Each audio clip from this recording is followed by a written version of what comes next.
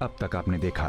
जब रिश्तों की दीवार में दरार पड़ती है तो दीमक उसका फायदा उठाकर उसके बीच में अपना घर बना लेती है और रिश्ते की दीवार को और कमजोर कर देती है। प्रीति बुरी लड़की नहीं है। तू भूल गया कैसे उसने मारा हार बचाकर इस घर में हमारी इज्जत रख ली। जी नमस्ते। हाजिर बिटिया, तुम्हें एक है नहीं? अंकल मैं आपसे बाद में फोन पे बात करती हूँ। ये रही आपकी। नमस्ते। तो सुनो सुनो बाल बच गए, नहीं तो आज मेरा राज सबके सामने आ जाता। इससे पहले कि तेरी असलियत तेरे ससुराल वालों के सामने आ जाए और वो तुझे धक्के मार के घर से निकाल दे, मुझे इस घर की मालकिन बनना होगा। अब समय आ गया है उसे बुलाने का, जो साम दाम दंड भेद कैसे भी करके मुझे इस घर की मालकिन बनाए। अब आगे।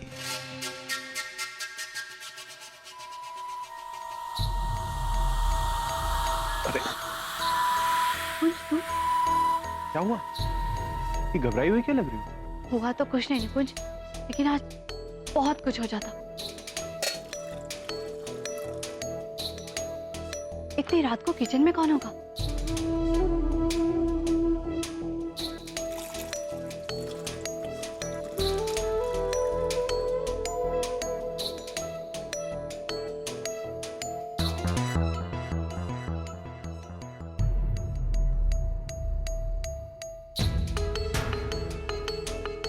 लो ये देखो, रह तो रही है मन भरी मासी के घर और खाना हमारे घर से रात में दबे पांव ले जा रही है।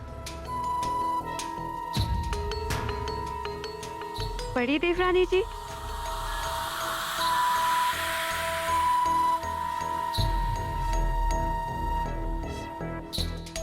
तुमने तो मुझे बिल्कुल पराया कर दिया। अरे एक बार कहा तो होता कि मनभरी मासी के घर के खाने में तुम्हें टेस्ट नहीं मिल रहा है। यकीन मानो मैं अपने हाथ से बनाकर पहुंचा देती। नहीं नहीं, मैंने तो खाना खा लिया है। तो फिर खाना कहाँ लेके जा रही हो? ये खाना विभोर के लिए उनके कमरे में लेके जा रही हूँ। पता नहीं उन्होंने खाना खाया है या नहीं। वाह बड़ी देवरानी जी, तुम्हारा दिल कितना बड़ा है। तुम्हारे जैसा कौन होगा कि विभोर भैया के इतना सब कुछ सुनाने के बाद भी तुम उनका कितना ख्याल रखती हो। बहुत अच्छा काम कर रही हो तुम, शाबाश। जाओ जाओ।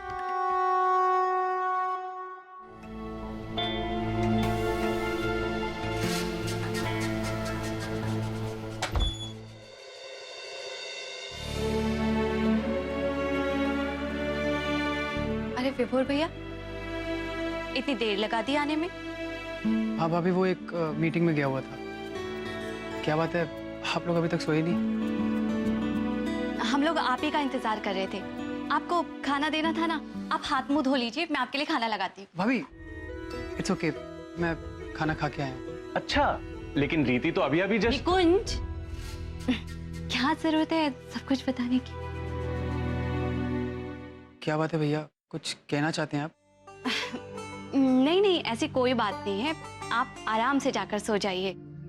छोटी मोटी बात है घर की, आप कहाँ उलझेंगे। Good night.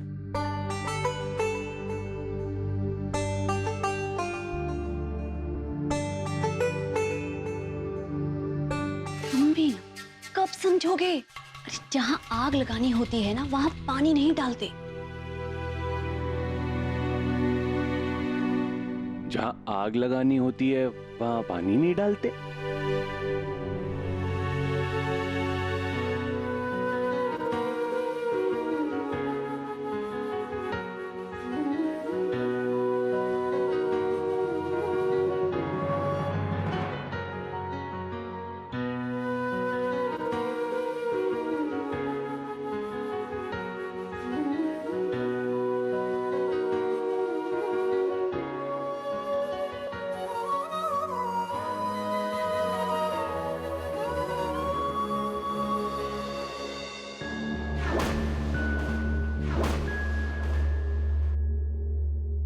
इस घर में कौन आएगा कौन जाएगा ये फैसला आप करेंगे, लेकिन मेरे कमरे में कौन आएगा इस बात का फैसला सिर्फ मैं करूंगा। इसलिए हो सकता है इसे इस घर में जगह मिल जाए, कि मेरे कमरे में इसके लिए कोई जगह नहीं। और चेंज सही टाइम पे आई है। तुम्हारा कुछ सामान और शादी का जोड़ा पड़ा था, उठाओ और ले जाओ इसे। तुम्हारे लिए क्या तुम्हारे सामान के लिए मेरे कमरे में कोई जगह नहीं है। ये विभोर भी ना दोपहर को खाना भी नहीं खाया।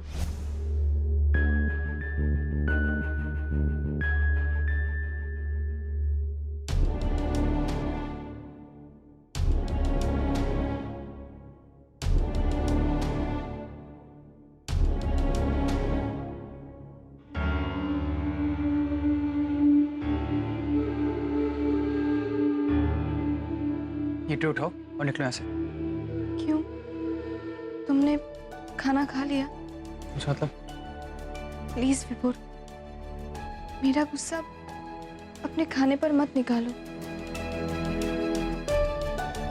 मेघा बता रही थी कि तुमने लंच नहीं किया।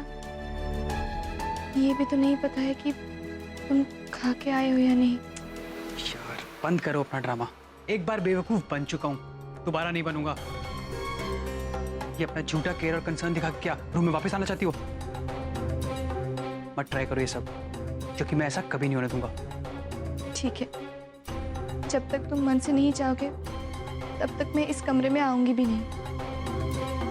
लेकिन प्लीज अब खाना खा लो। अरे यार तुम किस मिट्टी की बनी हो? हाँ, बार बार तुम्हें इस कमरे से भगाता हूँ, फिर भी बेशर्मों की तरह चली आती हो। उठाओ इसको और बाहर जाओ ऐसे, वरना ये ट्रे समेत खाना बाहर फेंक दूंगा।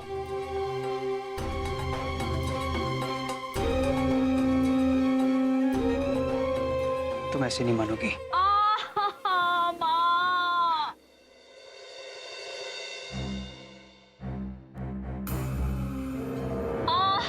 मम्मी, बहुत तेज दर्द हो रहा है निकुंज। क्या हुआ है? अरे कुछ नहीं, ऊपर जा रहे थे तो स्लिप हो गई लग गई। पता नहीं किसकी हाय लग गई मुझे। काजल दीदी घबरा मत, कुछ नहीं होगा। अरे क्या कुछ नहीं होगा, अब तो हो गया ना जो होना था। पता नहीं किसने सीढ़ियों में पानी डाला था और मैं फिसल गई। अच्छा अब ज्यादा मूव मत करो वरना और दर्द होगा।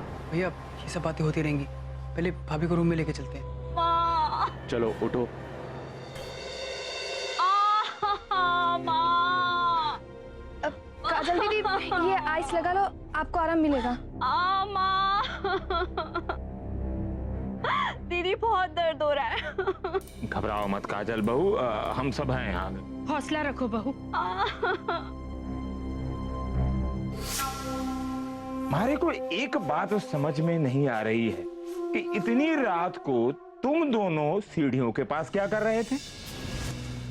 वो पापा जी, निकुंज के कोई कस्टमर आए थे, उन्हीं को मैं रिंग देने के लिए गई थी। जब तक नीचे पहुंची तो मुझे किचन से आवाज आई। मैं किचन की ओर दौड़ी, वहां जाकर देखा तो बड़ी देवरानी जी विभोर भैया के लिए खाना लेके रूम में जा रही थी। ओहो, चोरी चोरी चुपके चुपके घर वालों के सामने हल्ला गुल्ला और पीठ पीछे रसगुल्ला। खैर इनकी तो कहानी हैरानी भरी है। तुम्हारे को ये बता आगे क्या हुआ काजल बहू? ताऊ जी ये सब बातें बाद में भी कर सकते हैं, पहले जरा भाभी को हॉस्पिटल ले चलें। एक बार एक्सरे निकलवा लेते हैं, पता लगा कोई हड्डी वड्डी तो नहीं टूटी। आइए।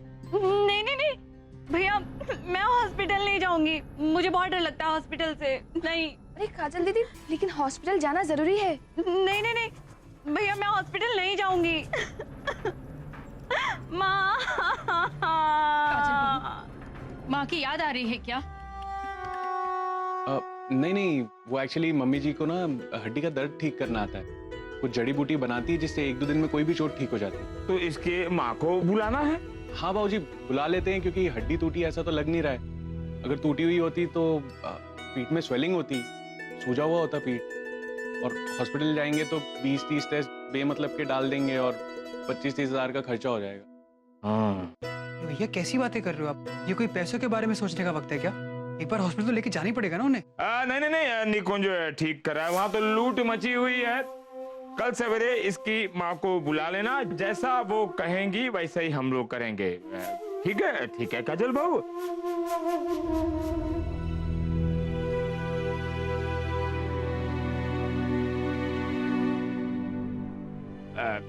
इसका ख्याल रखना, ठीक है?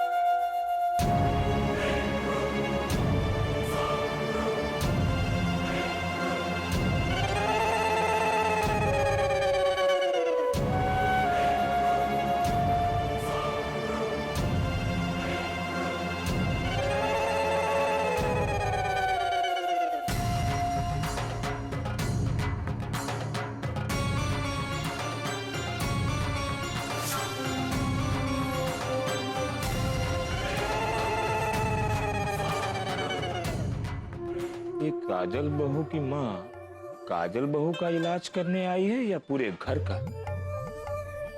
हॉस्पिटल के पैसे बचाने के चक्कर में मैंने इसे घर बुलाकर कोई गलती तो नहीं की?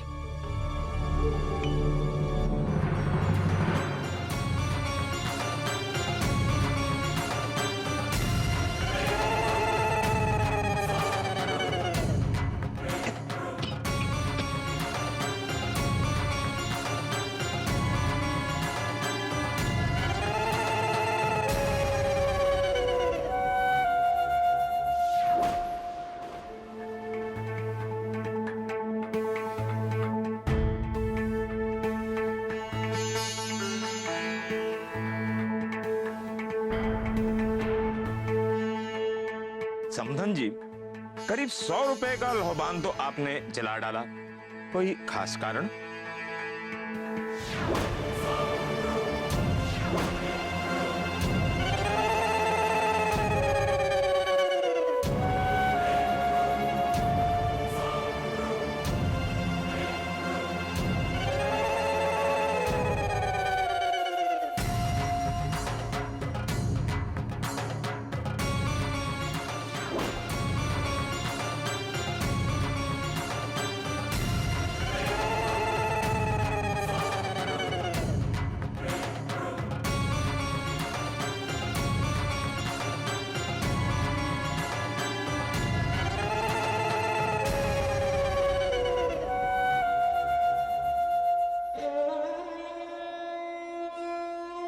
दुनिया की चाबी भैरवी भाभी। इस घर में कदम रखते ही मारे को पता चल गया था कि यहाँ भारी नेगेटिव एनर्जी फैली हुई है, तभी मारी छोरी गिरी है।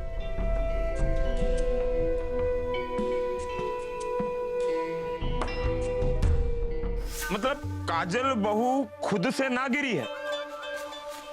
वो आपने क्या कहा? Negative energy. नेगेटिव एनर्जी से गिरी है। अगर घर में इतनी नेगेटिव एनर्जी है तो क्या हम सब ऐसे गिरते रहेंगे?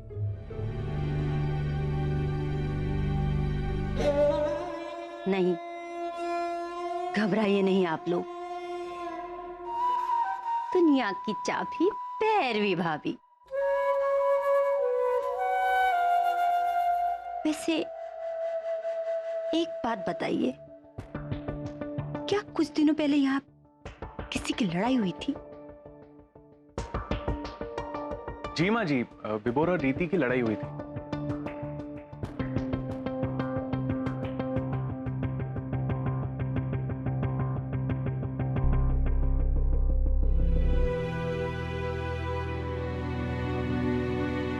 ये रीति कौन है? हमारे विभोर की घरवाली है रीति बहू। नमस्कार करो। नमस्ते।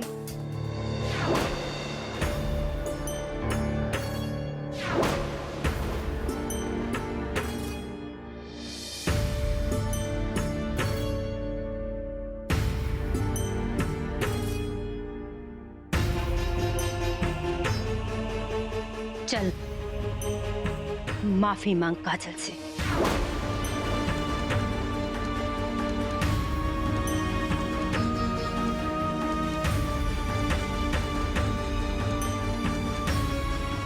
थारी वजह से ये सीढ़ी से गिरी।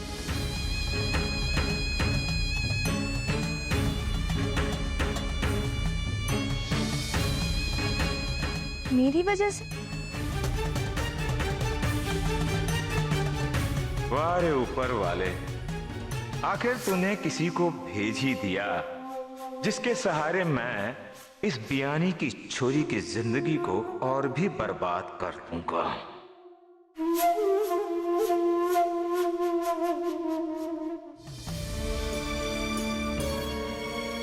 रे भैरवी जी, आप क्या कह रही हैं?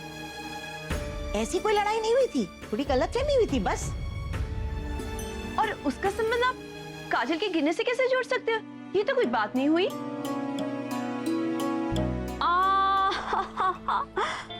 माँ, फिर से दर्द हो रहा है। अभी ठीक करती हूँ। रीति, चूल्हे पे तवा चढ़ाकर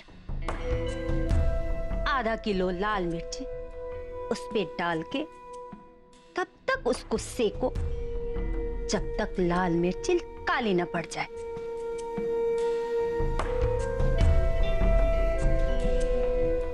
फिर पीस के हमारे पास लाओ।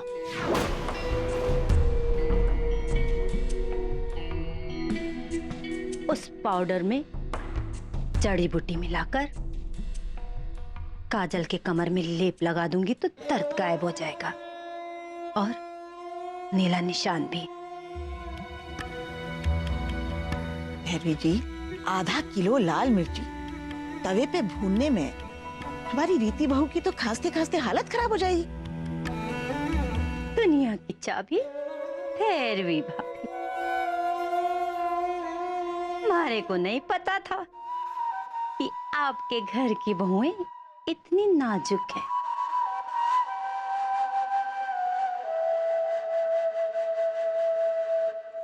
मैं कर देती हूँ। अरे क्या गजब करती हैं आप समधन जी। थारे को समधन जी की बात समझ में ना आई? कोई दिक्कत?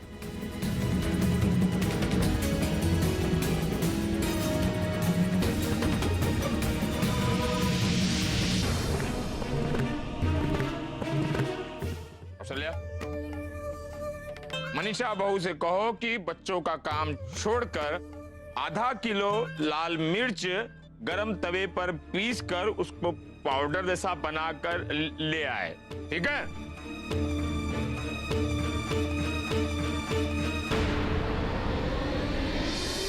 कौशल्या, अब तू ना जाएगी तो हमारे को ही रसोई में जाना पड़ेगा।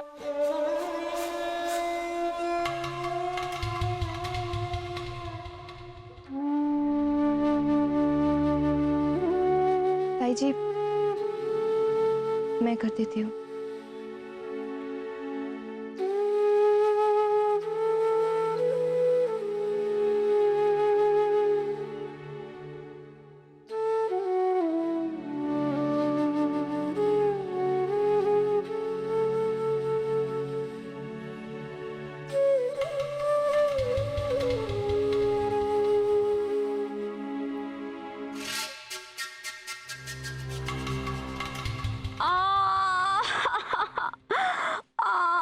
दादी, फिर से दर्द हो रहा है।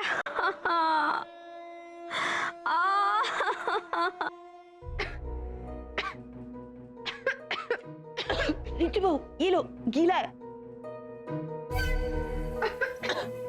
सुनो, ये जो काजल की माँ है ना, अपनी भैरवी भाभी, ये जादू टोना, झाड़ फूक और वो हड्डी वैद, मतलब ऑलराउंडर है सब में।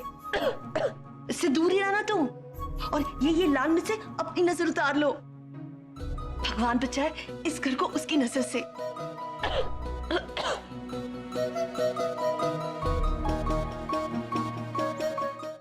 माँ, आधा किलो मिर्च क्यों? आपने बड़ी देवरानी को 1 किलो मिर्च गरम करने के लिए क्यों नहीं बोला? लंबी दौड़ की शुरुआत धीरे होनी चाहिए।